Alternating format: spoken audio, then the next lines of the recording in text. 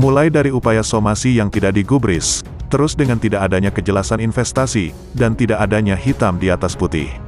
Akhirnya terbongkar juga, kedok busuk Ustadz Yusuf Mansur dalam melakukan investasi tabung tanah. Namun sebelum lanjut, bisalah kalian tekan tombol subscribe terlebih dahulu, dan tonton videonya sampai habis agar kalian tidak setengah-setengah dalam mendengarkan berita. Oke, kalau sudah mari kita lanjut. Dari gugatan perdata, yang dilayangkan ketiga TKW Hong Kong terhadap Ustadz Yusuf Mansur di Pengadilan Negeri Tangerang pekan lalu. Ternyata tidak digubris oleh Ustadz Yusuf Mansur, ketika para penggugat melakukan upaya somasi terhadap dirinya. Hari ini, sidang pertama 3 orang dalam gugatan tabung tanah. Agendanya pemeriksaan berkas dilanjutkan, dengan pendaftaran mediasi. Tim kami dan tim kuasa hukum Jaman Nur Khotib Mansur atau Yusuf Mansur, mengurus upaya mediasi.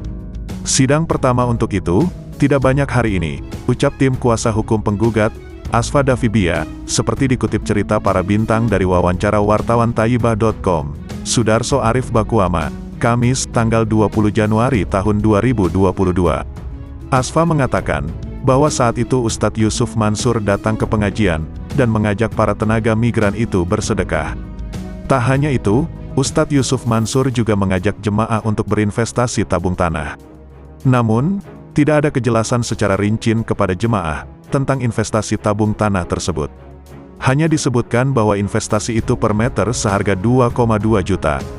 Para jemaah yang ingin berinvestasi harus menjadi anggota Koperasi Merah Putih, ucap Asfa. Walaupun proyek itu tidak terperinci, banyak para jemaah yang tertarik dan ikut investasi tersebut. Hal itu dikarenakan pamor dan wibawa Yusuf Mansur sebagai dai kondang tanah air. Jaman cuman mengatakan itu, tanah dimanapun tidak jelas. Kenapa mereka mau? Mereka langsung tertarik karena faktor Yusuf Mansur. Katanya ada bagi hasilnya, tapi juga gak clear gimana, karena tidak ada hitam di atas putih, ucapnya. Menurut Asfa, bahwa gugatan yang dilayangkan para TKW itu sebagai langkah terakhir mereka. Karena selama ini mereka mengaku, bahwa sudah berusaha menghubungi pihak Yusuf Mansur, namun tidak ditindahkan. Upaya somasi pun tidak digubris. Sejak investasi tahun 2014 sampai hari ini, tidak ada laporan untuk apa, tabung tanah apa aja tidak mengerti. Setelah mereka bayar berusaha menghubungi, tapi tidak bisa lagi, website email juga tidak dibalas.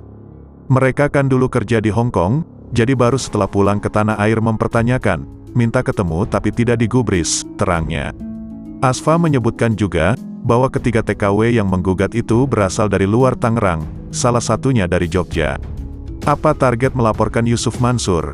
Kami minta kepada hakim, gugatan ini dikabulkan, Jaman dianggap melawan hukum. Masing-masing diberikan haknya, yakni uang investasi, bagi hasil dan kerugian imaterial, jelasnya. Selanjutnya, bagaimana pendapat kalian guys? Berikan jawaban kalian di bawah kolom komentar dan jangan lupa, like, comment, and subscribe, serta nyalakan lonceng notifikasi. Oke, sampai bertemu lagi di video kami selanjutnya.